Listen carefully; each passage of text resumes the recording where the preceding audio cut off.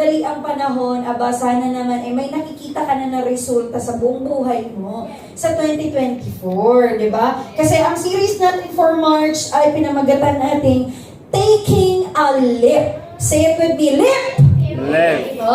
Katulad ng ginawa dyan ng lalaki, di ba? Ano ba yung ibig sabihin ng leap? Kung sa Bisaya pa, ang leap sa amo mo, ang back! Sa inyo, Andre? Lundag. Tumalon or lumundag. Hindi lang lundag in space, pero lundag papunta sa ibang parte ng lugar. Yan yung series natin. At pag gumagawa po tayo ng series sa simbahan natin, hindi natin sinasabi na, gusto nating lumundag sa March, gusto nating tumalon sa March. Hindi lang po ganun. Gusto nating tumalon, hindi lang sa March, pero sa buhay mismo natin. Ano ba ang mga dapat talunan natin? Kaya nga ang key verse natin po ay makikita natin kung may mga Bible kayong dala or nagtitake note kayo. Nasa Matthew 14:30 verses 30 to 33. It says here, "But when he saw the strong wind and the waves, he was terrified and began to sink." Ito po yung panahon na si Peter, kung kilala nyo si Peter, nagsisimba kayo, nagbabasa ho kayo ng Bible, meron pong isang disipulo si Jesus na ang pangalan ay Peter, si Pedro. Etong si Pedro po, ito po yung versikulo natin sa Biblia na makikita na si Jesus po ay naglakad sa tubig. Diba, kung narinig niyo na yan? Na si Jesus po ay naglalakad sa tubig, tapos itong isang disipulo niya na si Peter, sinabi niya kay Jesus na, Jesus, kung totoo po na ikaw yan, maaari niyo ba akong palakarin din sa tubig? Kaya sabi naman ng Panginoon, sige. Diba, minsan may mga ganyan tayo sa buhay. Gusto nating subukan ang Lord. Lord, sige, kung totoong buhay ka, bayaran mo nga ang utang ko. Aba, ang Lord pang pinabayad. Kasi ikaw ang gumastos doon. Bakit ka ba nagkautang? No? Lord, kung totoo ka, ayusin mo nga itong buhay na ito. Aba, hindi po KJ ang Lord. Hindi po mahirap pakiusapan ng Lord. Ang sabi ng Lord kay Peter sa versikulo na yan, sabi ng Lord, sige, come. Halika. Aba, yan po yung sasabihin ko sa inyo ngayong araw na ito. Hindi po masamang subukan ng Lord. Bakit? Gustong-gusto ng Lord magpakitang gilas sa buhay mo. Minsan, hindi mo lang inaalaw ang Lord. Kasi sinasabi mo, wala din naman yan. Padasal-dasal, wala rin naman gagawin ng Panginoon. Aba, simba-simba, wala, maglalaban na lang kami. Sayang oras dyan. Nawala na yung pananampalataya mo. Pero pag hindi nyo po bibigilan ang Panginoon na magpakitang gilas sa mga buhay nyo, ibang level po ang lulundagan ng buhay nyo. Bakit? Kayang-kaya ng power ng Lord. Minsan, napipigilan lang. Pakisabi sa katabi, huwag mong pigilan ng Lord. Huwag mong pipigilan ng Lord dahil hindi mo kakayanin. Ito yung panahon po na pinalakad na si Pedro sa tubig. At ngayon, ang sabi ng verse dyan, nang makita ni Pedro ang malakas na hangin at malakas na alon, natakot si Pedro. At ang sabi niya, "Save me, Lord!" Sabi niya, "Iligtas niyo ako, Panginoon." He shouted. Next verse, verse 31. And Jesus immediately reached out and grabbed him. Diba? Agad-agad, ni-reach out, sinagip ng Lord si Pedro. At ang sabi ng Lord, "You have so little faith." Jesus said, "Why did you doubt me?" Verse 32. When they climbed back into the boat, the wind stopped. And verse 33, then the disciples worship Him. "You really are the Son of God," they exclaim. Yun ho yung entire scenario na naganap doon. Si Jesus naglalakad sa tubig, si Pedro na nakita si Jesus na naglalakad, i-challenge ang Lord, sinabihan, "Lord, kung ikaw yan, palakarin mo nga ako." Naglakad na ho si Pedro. Pero nang makita niya na bumabagyo na sa paligid niya, agoy! Nalunod! Nalunod! Hanggang sa sinabi niya, nalulunod na siya, "Lord, save me! Iligtas mo ako!" At ang Jesus po, hindi nagdalawang isip, niligtas agad siya at sinabihan, "Aba, konti naman ang pananampalataya mo." Alam niyo po ba ano ang ipipreach ko sa inyo ngayong umagang ito? Ano ba ang mga bagay na nakakapigil sa'yo para tumalon ka, para sa mga pang mangisog ka? Ano ba yung mangisog sa inyo. Maging matapang ka. Ano ba yung nakakapigil sa iyo para mag-move forward ka? Gusto mo nang umalis sa kahirapan. Pero bakit hindi ka makaalis? Ano bang nakakapigil sa iyo? Gusto mo nang tapusin yung pag-aaral na yan, pero hindi mo matapos-tapos. Ano bang nakakapigil sa iyo? Kasi hanggat may pumipigil, oy, hindi ka po aabot sa unahan, hindi ka po aabot doon sa next level mo. Bakit? May pumipigil. Kaya sabihin mo sa katabi mo, huwag kang papipigil. Oo, ano ba ang mga minsan na pumipigil sa atin? Pinakauna po, what you see. Ito yung nakakapigil sa tao. Kung ano yung mga nakikita natin. Diba? Sabi nga sa verse, but when he saw the strong wind, si Pedro naglalakad na sa tubig. Kasi sinabihan na ng Lord, sige, lakad ka. Kasama mo ako, lakad ka. Punta ka dito sa akin, come. Naglalakad na po siya, pero nung nakita niya ang malakas na hangin, ang malakas na alon, dito na. Dito na nalunod. Bakit? Sometimes in our life, napipigilan po tayo ng mga bagay na nakikita natin. Amen. May somebody na nag-pray sa'yo. May somebody na nagsabi sa'yo, mahirap lang buhay ngayon, pero hindi naman mahirap hanggang sa mamatay ka na lang. Hindi ka hanggang dyan. Pero sinasabi mo, hindi, mahirap talaga. Wala talaga. Dito lang talaga. Ito na talaga yung buhay namin. Sa Bisaya, pasamo, kung mo gikamatan mo, buni pa kamatyan. Ano naging sa Bisaya. Sa Tagalog ba, kung ano yung namulatan mo, aba, doon ka na din mamamatay. Kasi namulat ako dito na rin ako mamamatay. Bakit? Kasi yun yung nakikita mo. Ibalik nga sa point number 1, anak. What you see, yun yung isa na nakakapagpigil, stop you. What you see. Minsan sa mga may mag-asawa dito, di ba? What you see, pag sinasabi mo, Pastora, kasi yung asawa ko hindi na po nagkikipag-usap sa akin. Naayahan ko na lang, sige, bahala na siya sa buhay niya. Hindi na po talaga. So, ang ginawa mo, Pastora, ayaw niya na akong kausapin. Hanap na lang ako ng ibang makakausap. Ay, naghanap ka rin. Kasi yun yung Pastora eh. Yun yung nakakapigil sa'yo. Imbis na ma-fix mo pa yung marriage mo, hindi na na-fix kasi yung nakita mo, ginagawa yun ng asawa ko. Abay, gagawin ko rin sa asawa ko. Lintik lang, walang ganti. Ay! Tagalog No? Kasi yun yung nakikita mo, minsan napipigilan ka ng mga bagay na nakikita mo. Sa mga estudyante dito, nakikita mo palang solusyon sa board. Sabi mo, ang hirap. Hindi, mali ang desisyon ko nag-enroll dito. Shift tayo.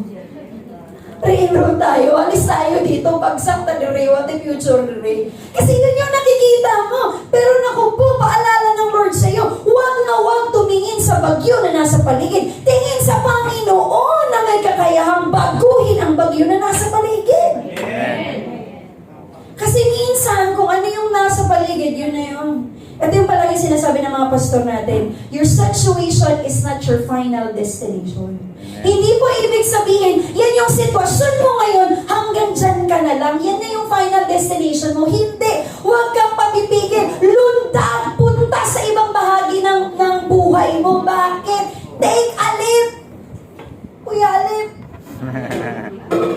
No? Take a leap. Talon ka dyan. Huwag kang mapipigil na. Ang hirap naman kasi hanggang dito lang. Pastora, ang layo ng tatalunin. Aba? Kung malayo ang tatalunin, magpapatalo, kapatid. Huwag papayag na dahil mahirap ang nakikita, hindi na talaga matatapos. So, hanggang dito na lang. What you see sometimes stops you. Pero hindi po yan yung turo ng Lord sa atin. Kasi si Pedro, he saw the strong wind. Minsan pala sa buhay, darating talaga ang mga malakas na hangin. Literal, binabagyo kayo dito. Diba? Binabagyo na nga ang Mindanao. Noon, walang bagyo sa amin. Bagyong Pablo lang yung dumating sa amin. Hanggang sa ngayon, pati mga amihan lang, makulbaan namin. Baha naman, ako sa naman eh. Nakakabahan ka pag may malakas na hangin. Kasi yun yung nakikita mo, naku ang bubong, naku ang lilipad na to. What things that you see stop you from jumping, from leaping mo. Na mamarcha ka sa next level ng buhay mo. Ngayon mo lang yan nakikita. Pero ang bagyo ba aabot ng isang taon? Hindi. Wala namang bagyo. Yung Yolanda, isang taon ba ang kontrata nun? Hindi. Ilang araw lang. Pagkatapos ng ilang weeks, okay na. Yes, natumba, nasira ang mga kabayan, pero recovery na ang mga tao. Bakit walang bagyo na nagla-last lifetime? Pati po bagyo ng buhay mo, matatapos yan. Pakisabi sa katabi, matatapos yan. Matatapos yan. Eh minsan, ang problema nating tao, hindi pa nga natatapos ang bagyo, tinapos mo ng buhay mo. Hindi po yan ikaw. Na ba, ang tagal naman matapos ng bagyo ito. Gusto ko, tapusin ko na lang buhay ko. Sana naman, pag tinapos mo ang buhay mo, alam mo kung saan ka papunta. Hindi mo alam. Kaya wag mong tatapusin. Bakit? Those things that you see, pinapakita lang yan ng Lord, pero gumagalaw ang Lord. God is working behind the scene. Kaya wag kang padedistract. Talon lang, suko lang, kung saan mo pa. Isog lang, dasig lang pa dayon. Bisag lahing imong nakitaan kahit anong sitwasyon na nakikita mo, pamilya mo nag-aaway-away, negosyo mo parang mababankrupt na, nandito asawa mo parang iba na ang inuuwian, eskwela mo parang iba na. Iba sa ina-expect mo, pero always think it, your situation now is not your final destination. Hindi po yan. Kaya huwag kang papipigil sa kung ano ang nakikita mo. Kasi kung umaapektuhan ka ng mga bagay na nakikita mo, katulad na nangyari kay Pedro, you will sink. The next thing you know, malulunod ka na po. Kasi yung nakikita mo, billing ng kuryente. Aba, red tag na kami, disconnection na, basura. Yun yung nakikita mo. Tapos the next thing you know, wala. Gusto na, tubig din, may bill po. Lahat na. Nalunod ka na. Hindi mo na makikita na blines ka ng Lord na buhay ka pa. Blines ka ng Lord na wala kang sakit. Blines ka ng Lord na masaya ka ba. Blines ka ng Lord na maganda at gwapo ka. Amen. Hindi mo na nakikita ang ibang blessing. Bakit? Yung nakikita mo, yung problema mo. Amen. At minsan, pag problema na ang nakikita, yun na, lunod na. Okay lang pag nalunod ka, nakasalbabida ka. Eh, wala kang salbabida. No? Naku po. Yun yung mahirap. Kaya huwag hahayaan ang makita. Alam niyo po anong pinapractice namin? Ang church po ng Tagum, sa Davao del Norte, ang church po namin doon ay nagre-renta po sa malaking hub. Sobrang laking hub na kaya pong mag-accommodate ng thousands of people ng isang upuan. 1,000 na mga upuan, pwede, kaya. Ganun kalaki ang simbahan sa Tagum.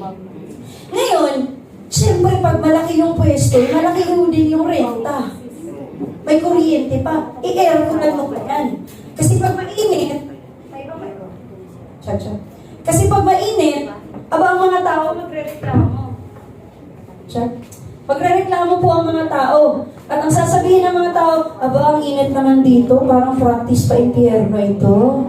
Magre-reklamo, ibig nagsisimba sila, gusto nilang pumunta. Sasabihin nila, ang init, huwag na tayong magsimba dyan, parang impyerno, hindi naka-aircon. Pero grabe, di ba? Pina-aircon na ng mga pastor natin. Iba-iba po ang aircon. Oo, naka-aircon. Ang lamig. Pati langaw at lamok sa amin naka-jacket. Bakit? Ang lamig ng simbahan. Pero ang laki ng simbahan, ang lamig ng simbahan, ang bayarin ng simbahan, naka-jacket. Ang laki rin. Ay, umabot po ang billing ng church. Nag-anniversary ang church ng 7th year anniversary yata yun. Napuputulan na ng kuryente. Kasi hindi na nakakabayad. Grabe! Parang lunod na. Pero dahil ang mga pastor ay hindi nagpapapigil sa kung anong nakikita nila, diniklarahan po nila, sinabi nila, Lord, every time dinidikit po ang mga bayarin sa dingding at pinipray, Lord, in the name of Jesus, mababayaran ito. In the name of Jesus, you will provide, Lord. Hindi naman sa nag-aantay lang tayo, hindi nagagalaw. Siyempre, God Ibe-bless ng Lord ang hard work natin. And the next thing we know, may mga ipinadala si Lord ng mga tao na na-reconstruct ang bill ng church. At hanggang po ngayon, malaki pa rin ang bill ng church. At hanggang po ngayon, hindi na ganun kahirap. Bakit? Hindi naman nakikita ang problema. Kasi ganito ang problema. Kung ano yung nakikita mo, doon na. Pag problema na, lunod ka na, hindi ka na makakapag-isip ng solusyon pa paano ba. Pero pag nakikita mo na, Lord, eto yung mga bayarin ko ngayon, pero sa ngalan mo, Lord, gagawa tayo ng paraan paano ba ito masusolusyonan. And next thing you know, may mga solusyon na ibibigay ang Panginoon sa iyo. Huwag ka pong papipigil kung ano yung nakikita mo. Pag-uwi niyo ba ng bahay, anong nakikita niyo? Kita niyo nag-aaway-aaway ang mga magkakapatid. Kita niyo ang mga anak para walang future. Kita niyo na ang negosyo, ang gulo-gulo. Kita niyo na ang marriage niyo parang wala ng pag-asa. Pero huwag kang papipigil kung ano yung nakikita mo. Nakikita mo lang yan ngayon. Pero hindi naman yan yung plano, diretsong ending na sinasabi ng Lord sa'yo. Ngayon lang yan. Matatapos yan. So take a leap. Talon-talon-tag ka. Huwag kang papipigil. Ano ang nakikita mo? Pangalawa, isa na nakakapigil din sa atin, what you feel. Ano ba yung mga niraramdam mo, pakiramdam mo ngayon? Kasi minsan, nanitawag sa mga Bisaya, kanyung mga pilingon. Piling kayo eh? Pilingon kayo ba? Feeling kayo? Ano bang mga feeling mo? The Bible says, when he saw the strong wind and the waves, he was terrified. Natakot. Pag nakapenetrate na ang takot sa kaloob-looban ng tao, ay, wala. Talo. Bakit? Takot eh. Takot. Minsan, ang pinaka-remedy, ang pinaka-gamot sa mga bagay, sa mga dreams mo, sa mga bagay na dinidesire mo, pinipray mo, talagang maging labanan mo lang. Isugan lang. Dasigan lang. Ano man. Huwag padala sa mga feelings. Feeling ko kasi, eto lang. Feeling ko kasi, wala, hindi makikinig ang Lord sa akin. Feeling ko kasi, puro feeling. Hindi naman to labanan ng feelings. What you feel sometimes will block you. Takot ako, hindi ko yan kaya. Ay, hindi ko deserve dyan. Ay, huwag tayong magsimba doon, nakakahiya naman. Ay, hindi, ganito kasi yung feeling ko. Feeling ko kasi mga ano sila eh. Ay, hindi, feeling ko ang labanan ng buhay. So don't allow what you feel stop you from marching to your success. May inihanda ang Lord na future sa'yo. Tapos mapipigilan ka lang dahil feeling mo hindi ka tanggap. Feeling mo nakakahiya. Feeling mo wala kang kaya. Feeling mo puro feeling. Pagmata. Saan mo pa? Gumising ka, hindi ito labanan ng feelings. So pag may nararamdaman po tayo ng mga hindi maganda, we feel like, ay, naluya man ko. Alam niyo yung luya sa amin? Ang luya sa inyo, ano ba yan? Tinatadtad niyo yan. Ilalagay niyo sa gulay niyo, sa mga ulam, luya. Sa amin, ang luya, nakapoy. Ay, masaya ko rin. Napagod. Nanghina. Napagod sa inyo. Ano napagod sa inyo? Nakapoy. Napagod sa amin, yung sinaing, hindi binantayan, napagod. Ang gulo ng mundo. Ang gulo nyo. No? Iba, pag napagod na, pag nanghina na, minsan, padadala ka na lang din. No? Sa pananampalataya, pag naluya na, malayo na. Luya man. Yun na yun. Lord, masagot daw ka.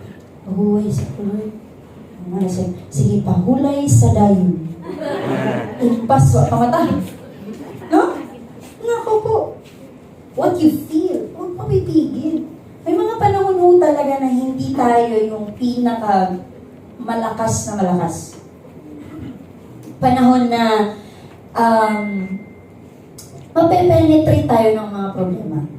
Yung bang madutlan na sa inyo? Ang madutlan sa inyo?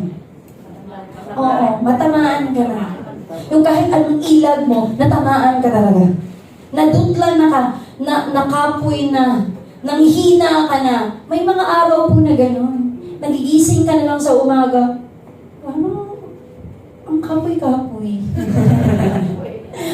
Nakakapagod na, Lord. Meron po talagang ganun.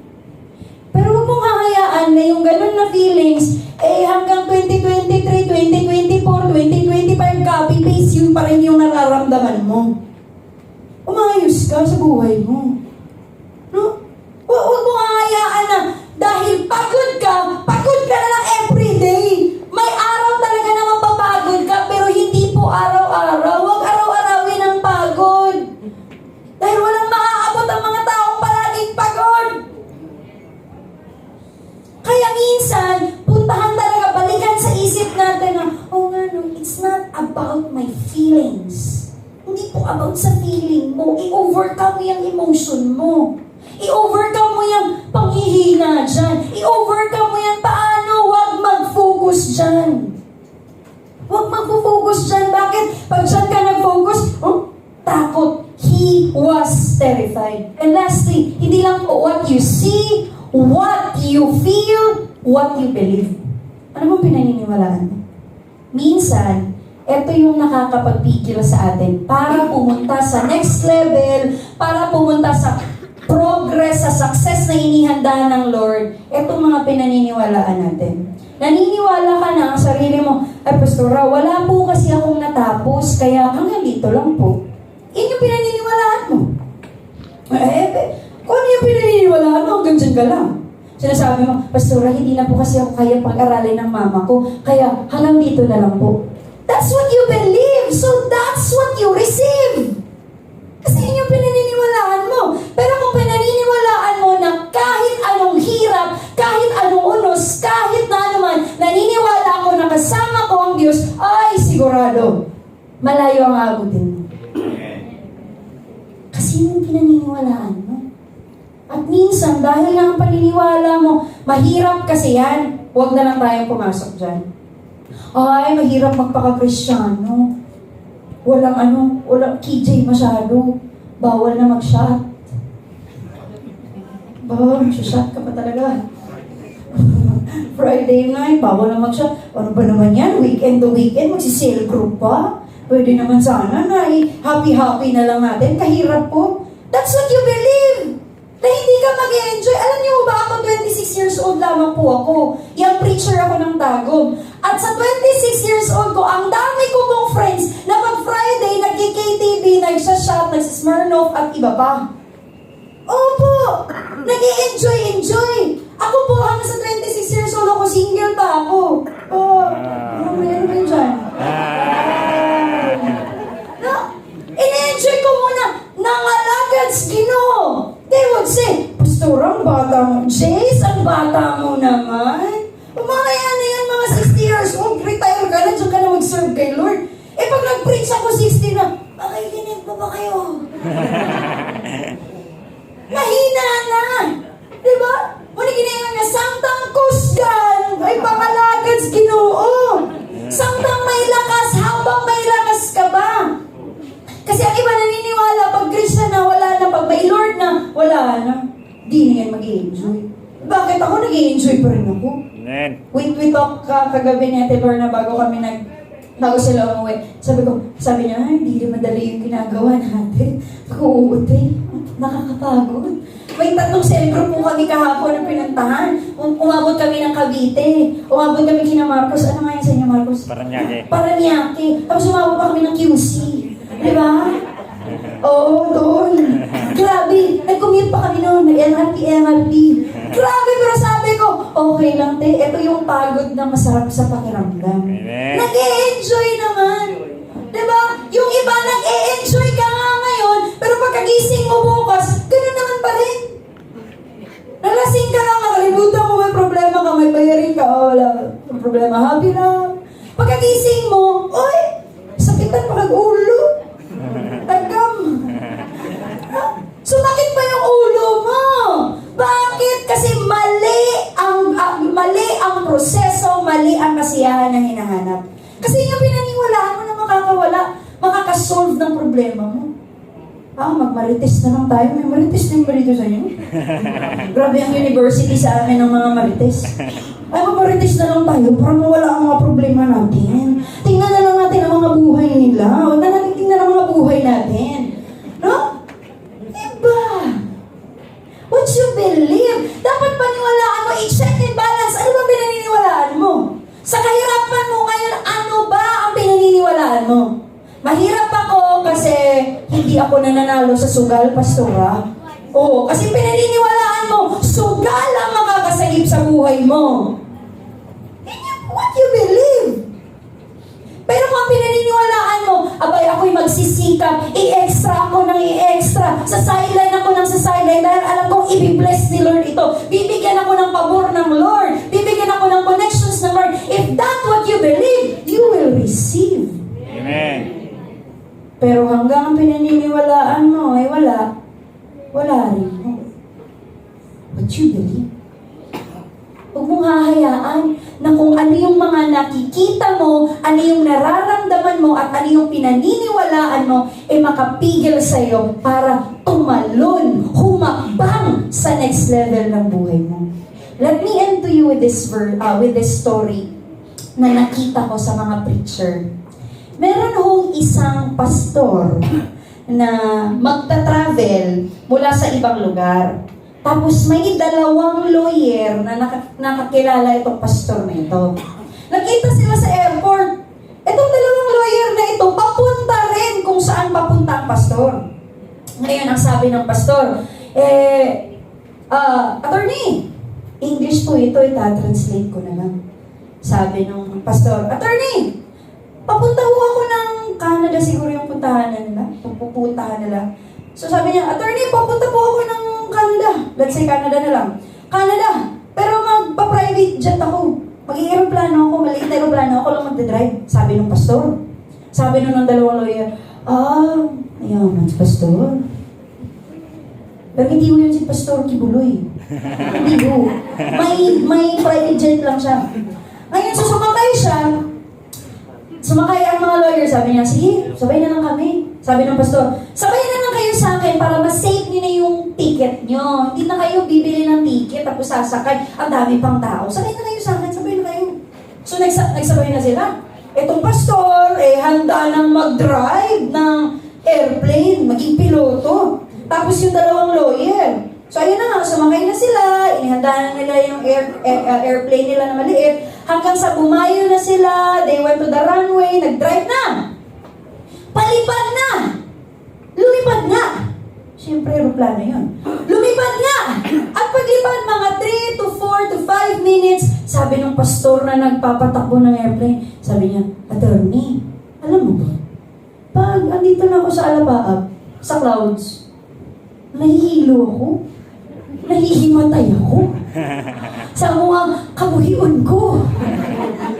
Sa Bisaya, kabuhion ko parang malain akong pakiramdam. Parang hindi ko gusto yung pakiramdam pag nasa clouds na ako. Sabi ng attorney, ganun ba? Sige, kausapin lang kita para hindi ka may metal dyan. Tapos sabi ng pastor, hindi talaga. Ayoko na, attorney. Ngayon, nag-pass out nga. Nahimatay ang pastor habang nagdadrive ng airplane.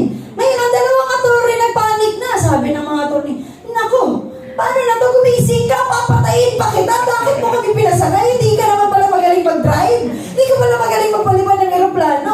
Sabi ng dalawang attorney, anong gagawin natin? May nakita silang radio. Kasi diba, nagra-radyo naman yung mga aeroplano. Kinuha nila yung radyo at nag-communicate sila. Hello, may tao po ba dyan? Can somebody talk to us? Nahimatay po yung driver namin, yung piloto namin na pastor. Wala na pong nagko-control. Lipad lang ng lilipad yung aeroplano. Tapos may sumagot sa kanila sa radyo. Sabi, Sir, narinig po namin kayo. Asan kayo? Sabi ng lawyer, malay ba namin? Nasa langit kami, asan kami?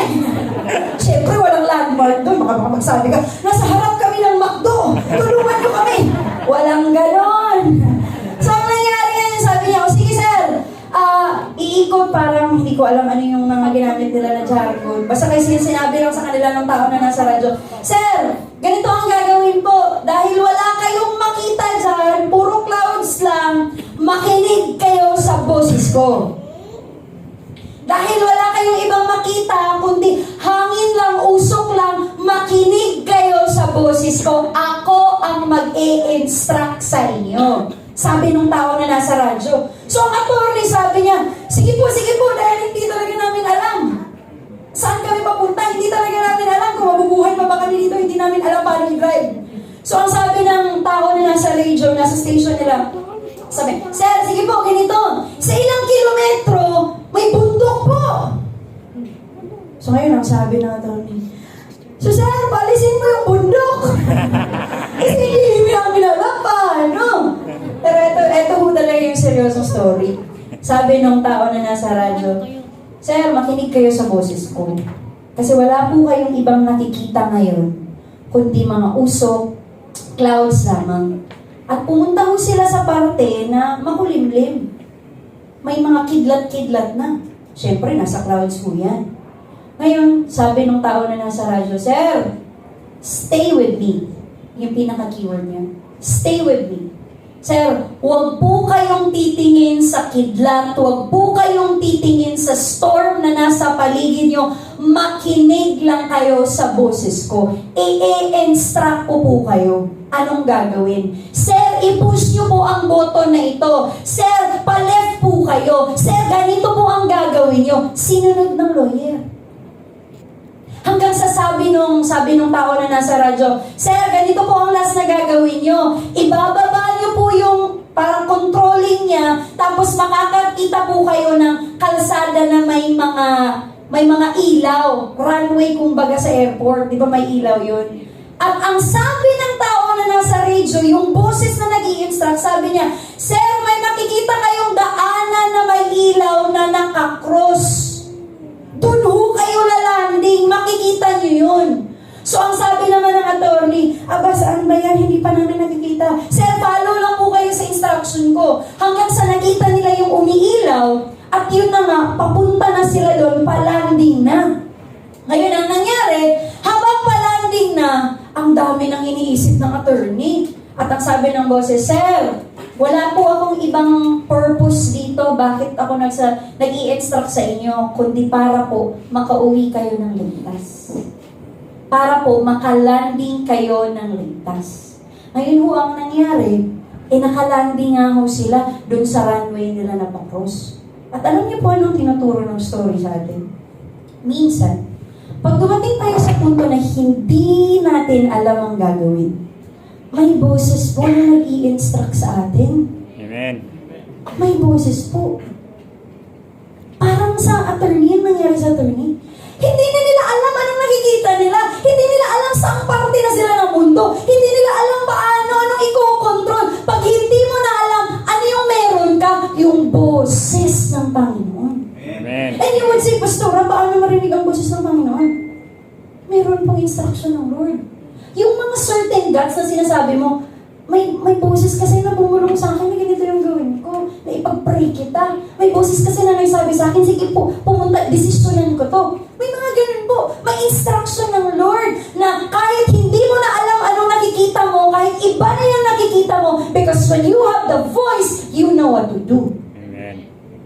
At yun na, sinunod ng lawyer. Kaya nakalanding sila. At ang instruction pa ng lalaki, sir, makakakita ho kayo ng cross na daanan dyan, na may ilaw na pa-cross. Dyan ho kayo lalanding. Yan ho yung safe place nyo. Alam mo ba anong paalala niyan? Always, ang balikan po natin, ang home natin, ang tahanan natin, ay ang cross. Ang revelasyon sa inyo, na kahit anong nangyari sa taas, nagkagulo-gulo na, saan ka lalanding na safety, doon po sa cross. At bakit po tayo nagsisimba ngayon? Bakit po namin dinadala ang word ng Lord sa inyo? Bakit po kami nagpipreach dito kahit ang layo naman po ng tirahan namin? Bakit pa kami umaabot dito? Sumasakay pa kami ng eroplano. Alam niyo ba kung bakit? Because of the cross.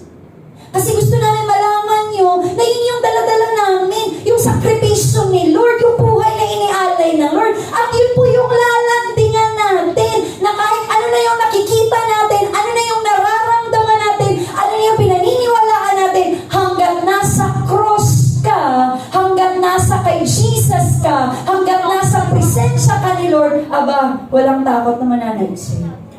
You are safe. Ano po bang mga nakikita niyo ngayon? Ano po bang mga nararamdaman niyo ngayon? Ano po ba yung mga pinaniniwalaan niyo ngayon? Hanggang andyan ka pa kay Lord, nakikinig ka pa sa boses niya, nakikinig ka pa sa word niya, nakikinig ka pa sa mga promises niya, safe ka! Amen. Kahit ang dami ng takot, napapatayin ka na ng inutangan mo. Napuputulan ka na.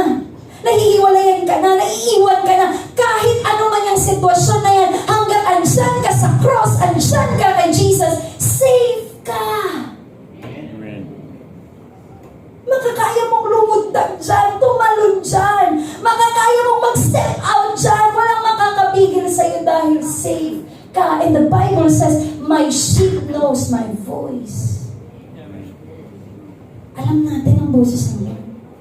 Sa anong paraan maririnig mo ang boses ng Lord? Sa pagsisimba. At ito yung boses ng Lord ngayon. Ako lang yung naririnig niyo. Pero hindi ko naman hinihanda ang mga bagay na sasabihin ko ngayon. Alam niyo bang iba yung outline ko? Pero napunta ako dito, doon lang dapat ako para may notes ako, pero nandito ako.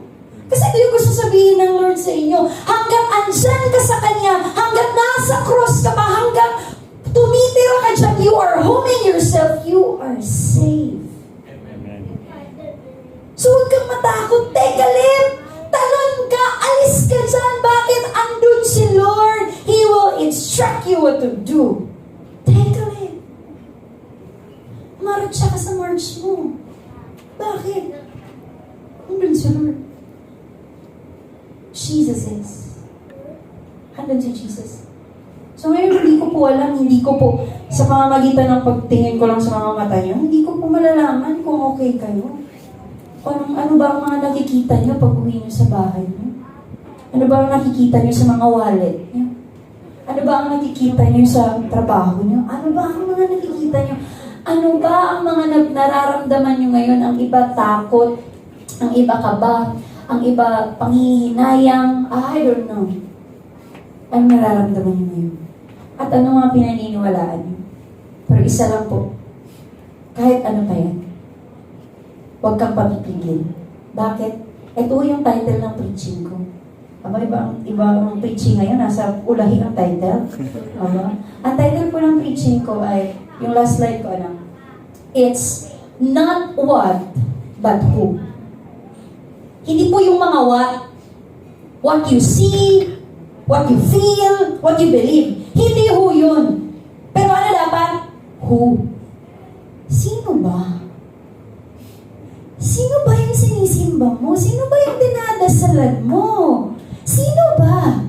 Yun yung importante. Yun yung dapat mong maintindihan sa sarili mo. Hindi kung ano ang nakikita, ano ang nararamdaman, ano ang pininiwalaan, kundi kung sino. Sino ba ang Diyos sa buhay mo? Provider. Healer. Tagapagpagaling. Proteksyon. Protector. O, kung yan si Lord, kaya mong magtumalon dyan sa buhay na yan. Kaya mong mag-take leave. Kaya mong magpatuloy sa buhay na yan. Huwag kang masastagnant dyan. Because it's not what, but who. Sino ba? Ngayon, I want you to open up your eyes. No? Tingnan mo yung buhay mo ngayon. Huwag mo focus sa problema. Ang daming problema, oo. Ang daming masamang tao sa mundo, oo. Pero pwede ba na ang makikita mo ngayon yung power, yung kabutihan ng Lord na ibinigay sa'yo? Wala ngang maraming pera, pero yung pamilya mo buo. Amen. Wala ngang mga sasakyan na nandyan, pero yung pamilya mo, sabay-sabay kayong kumain, hindi nga masarap yung ulam, pero sabay-sabay kumakain, tumatawa kayo. Nagchichika pa kayo. Tingnan mo ba? Ano yung mga binigay ng Lord sa'yo?